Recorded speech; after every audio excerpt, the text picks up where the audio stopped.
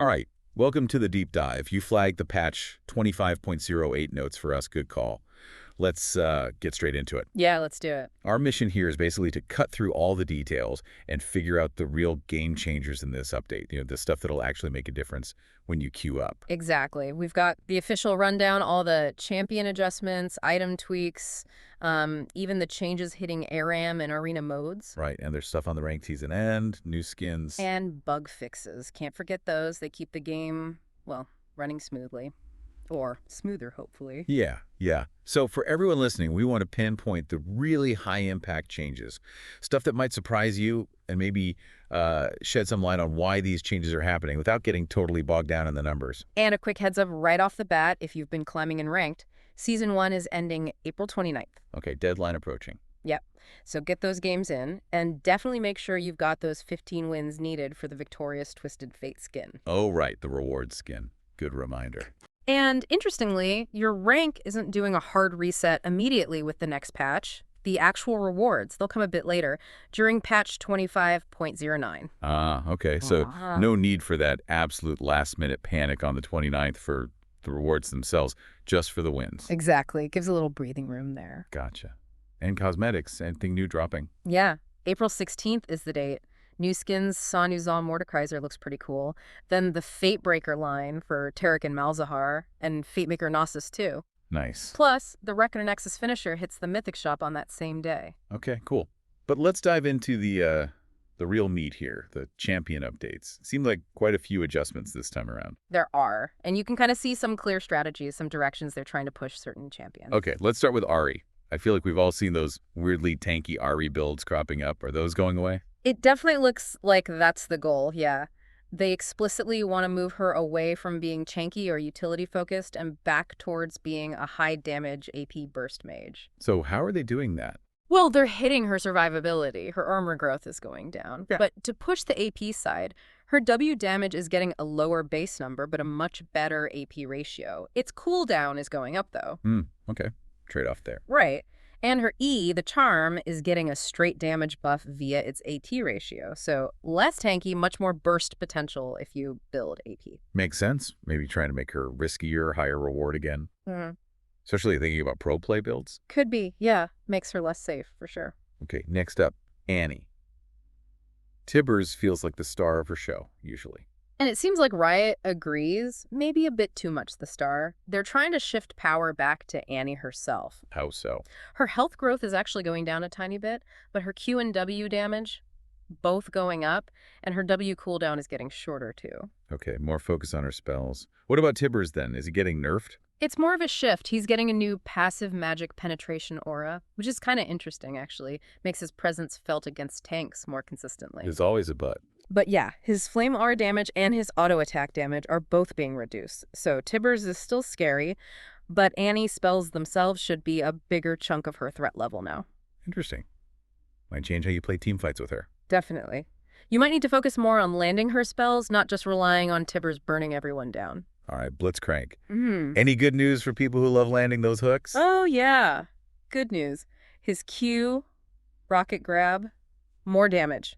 Straight up. Nice and simple. And his passive shield, the mana barrier, that's getting buffed too, scaling off 35% of max mana now instead of 30%. Oh, so mana items become a bit better for making him tankier. Exactly. Gives him a bit more durability, makes stacking mana maybe a little more appealing, could make his early game even scarier. Okay. Now, Brand. Jungle Brand. Is that really still a thing they're pushing? Apparently so. They already tweaked his monster damage cap last patch, and now they're significantly increasing his passive damage per tick specifically against monsters. They really want this Jungle Brand thing to happen, huh? Seems like it. Trying to boost his clear speed, make him more viable there. Gotta admire the persistence, I guess. Gwen next. She can be a real terror early on. Are they toning that down? Looks like it. Her E, skip N slash, is getting its on-hit damage reduced, but mostly just in the early levels. So targeting her early dueling power. Right. Should make her less overwhelming in those first few skirmishes, but probably won't kill her late-game scaling. Just trying to dial back that early dominance. Gotcha. What about Hawaii? for the late-game mage players. Some buffs coming his way, his passive damage is up, and his ultimate's big explosion damage is also getting increased. So trying to make him a bigger elite game threat. Yeah, the notes literally say they want him to be more of a true carry threat late, so giving him more firepower to, actually close out games, we'll see if it's enough. Lulu. She always feels pretty solid. Maybe a bit too hard to kill sometimes. Yeah, they mentioned some bug fixes last patch might have accidentally boosted her win rate, so now they're taking another look, and this time it's her base health going down. Making her squishier. Exactly. The idea is enchanters should still be vulnerable, right? Yeah. Especially to assassins stacking flat penetration, makes her positioning even more important. Makes sense. Mel got hit with nerfs before. Is she getting some power back? She is. Base health up, attack speed up, and her passive damage per stack is getting buffed, especially later on. So, trying to bring her back carefully. Seems that way. The notes say they want her back in the meta, but without, overdoing it like maybe happened before. Cautious buffs. Renekton. His early lane is usually pretty strong. What's changing? His early game isn't really touched, but his ultimate, Dominus, is getting a pretty decent damage increase at ranks 2 and 3. So better late-game team fighting for him. That seems to be the idea. Keep his strong early identity, but give him a bit more oomph in those later fights, more scaling potential. Shen.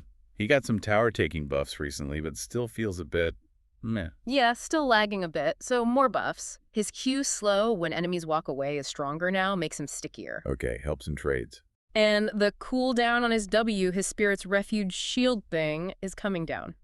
More uptime on his main defensive tool should help his dueling. Singed players. Good news, it sounds like. Reverting a previous change. That's right. The per-target cooldown on his passive, the slipstream thing, is going back down to 8 seconds from 10. Why the reversal? They basically admitted the previous increase was maybe too harsh, nerfed him more than they meant to. So, back to 8 seconds, which they feel fits his playstyle better. All right, Sona. Any changes for her? Just a little bump. Her Q, Hymn of Valor, the bolt damage part is getting increased at higher ranks. Just a bit more baseline power as the game goes on. Okay. Now, Syndra sounds like she's getting the Ahri treatment, pushing her towards burst. Pretty much, yeah. Similar goal, less focus on mobility and ability haste, more on big AP burst. How are they achieving that? Her W slow is now flat, 25% at all ranks, so less kiting potential late. Her E base damage is down, but the AP ratio is up. And the ult. Same pattern. Ultimate damage per sphere is slightly down, but the overall AP ratio is higher. Again, build AP, do big burst. That's the message. Tristana. Her early snowball can be pretty scary. Are they tapping the brakes on that? Just a little tap. Her ultimate, Buster Shot, is getting its base damage reduced at all ranks. So, less kill pressure at level 6. Yeah. Should make her level 6 power spike a bit less overwhelming, maybe reduce how often she just completely takes over the early game. Xerath. They seem to want him mid lane, more last patch. Continuing that trend. Definitely. They're further increasing the cooldown reduction his passive gets when he kills minions, really incentivizing farming in lane. Anything else? A small buff to his Q damage, too, kind of compensating for some previous nerfs to his early game. Clear message. Play him mid. Zeri. She feels like she should be strong, but hasn't really shown up much. What's the plan? They're targeting her team fight specifically. The chain lightning damage on her ultimate's getting increased. Trying to make her pop off more in those big fights? Exactly. Help her live up to that, high-speed carry fantasy when everyone's grouped up. We'll see if it works. Ione. Is he getting toned down? Feels like a slight toning down, yeah. His W, Spirit Cleave, the percent max health damage part, that's being reduced a bit at all ranks. So less burst from that ability. Seems like it. Makes him maybe a bit more reliant on landing sustained auto attacks, which is inherently riskier for him. Okay, now Yorick. Sounds like some major changes here, trying to balance his jungle and lane power. Yeah, this one's pretty complex. It's a big rework of how he functions, especially jungle Yorick. What's the breakdown? Okay, so his passive now makes monsters take way more damage from his ghouls. That's a clear jungle buff, right? Right, but... His E damage is being changed. It now scales with the target's max health, but it has a damage cap against monsters and also a minimum damage amount against lane minions. So different effects depending on the target. Complicated. What's the really big change, though? The ultimate mark, the Maiden's Mark. It will now only affect champions. Wait, only champions, not epic monsters? Nope. This massively hits his ability to solo dragon or baron with the Maiden. It's a huge nerf to his jungle objective control. Wow. So they really want him back in top lane primarily. Seems very strongly that way, yeah. Yeah. Very targeted changes to curb jungle Yorick while trying to keep lane Yorick okay. A tricky balance, like you said. Zoe next. Wave clear has always been a bit of a struggle for her, hasn't it? It really has, and they're finally investing it directly. The secondary damage fall off on her Q, Paddle Star, it's gone. Removed entirely. Oh, that's huge for her laning. Should be. Makes her wave clear, much more reliable, addresses a long-standing weakness. And lastly for champions, Yumi. Has that cap been too strong early?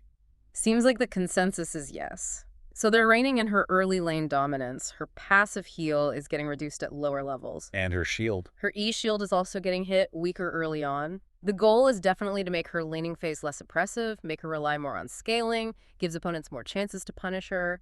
Okay, phew. That was a lot of champion changes. Let's switch gears to items. These can sneakily change the meta too, right? Oh, absolutely. Item shifts have huge ripple effects on builds and which champions feel strong. So what's changing? Cryptbloom. Yeah, Cryptbloom. They felt it was getting overshadowed by Void Staff for AP penetration, so it's getting a simple buff. More ability haste. Okay. Dead Man's Plate. That one's getting a slight nerf. The slow resistance it gives is being reduced, down from 25% to 15%. Might make it less effective if the enemy team has lots of slows. Opportunity, the lethality item?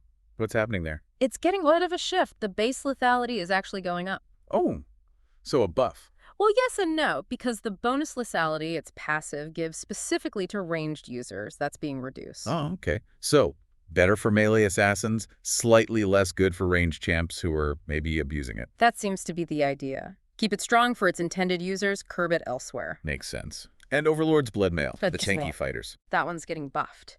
The bonus AD it gives based on your bonus health and also based on missing health is being increased. So better scaling for tanks who like to fight low. Exactly. Could make it a stronger late-game choice for bruisers and juggernauts who stack health and get into those long, scrappy fights.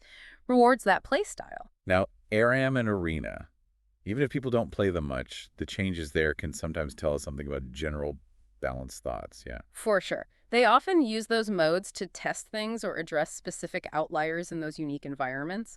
In Aram, for example, Belveth's Void Coral duration is getting massively increased. Why that?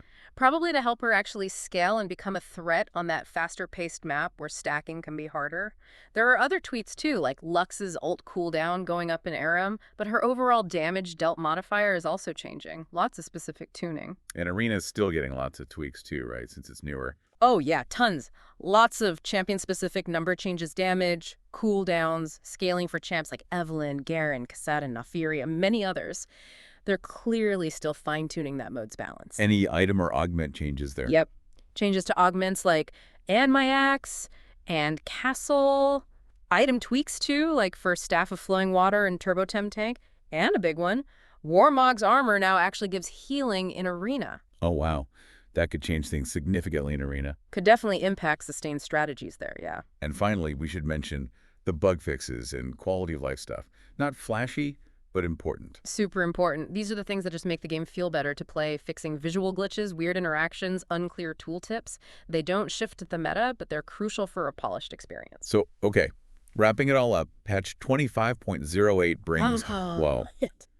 Big themes seem to be pushing certain champs, like burst mages, into specific roles, tweaking power outliers, and refining those other game modes. Yeah, keeping these key shifts in mind should give listeners a good head start on adapting. What really stands out to you? I think the detailed changes to Annie, shifting power away from Tibbers, are really interesting. That could really change how she feels to play and play against. And the Yorick changes are so targeted, really shows how they're trying to manage jungle versus lane power specifically. Yeah, those are complex. And the Air Marina stuff shows balance isn't just about Summoner's Rift. Definitely not. So this deep dive gives a solid overview, but like always, the real devil's in the details, right? Looking into specific numbers and scalings might be useful for people who main these champs. For sure. This is the broad picture, but digging deeper always helps. And this patch is just another reminder, isn't it? The game is always changing, always evolving. The meta shifts, developers tweak things. Constantly. It keeps things fresh, but you have to adapt. So the final thought for everyone listening is, how does this constant change affect how you approach the game? How will you adapt your own strategies, your champion pool, to these latest shifts? Something to think about before you jump into your next match.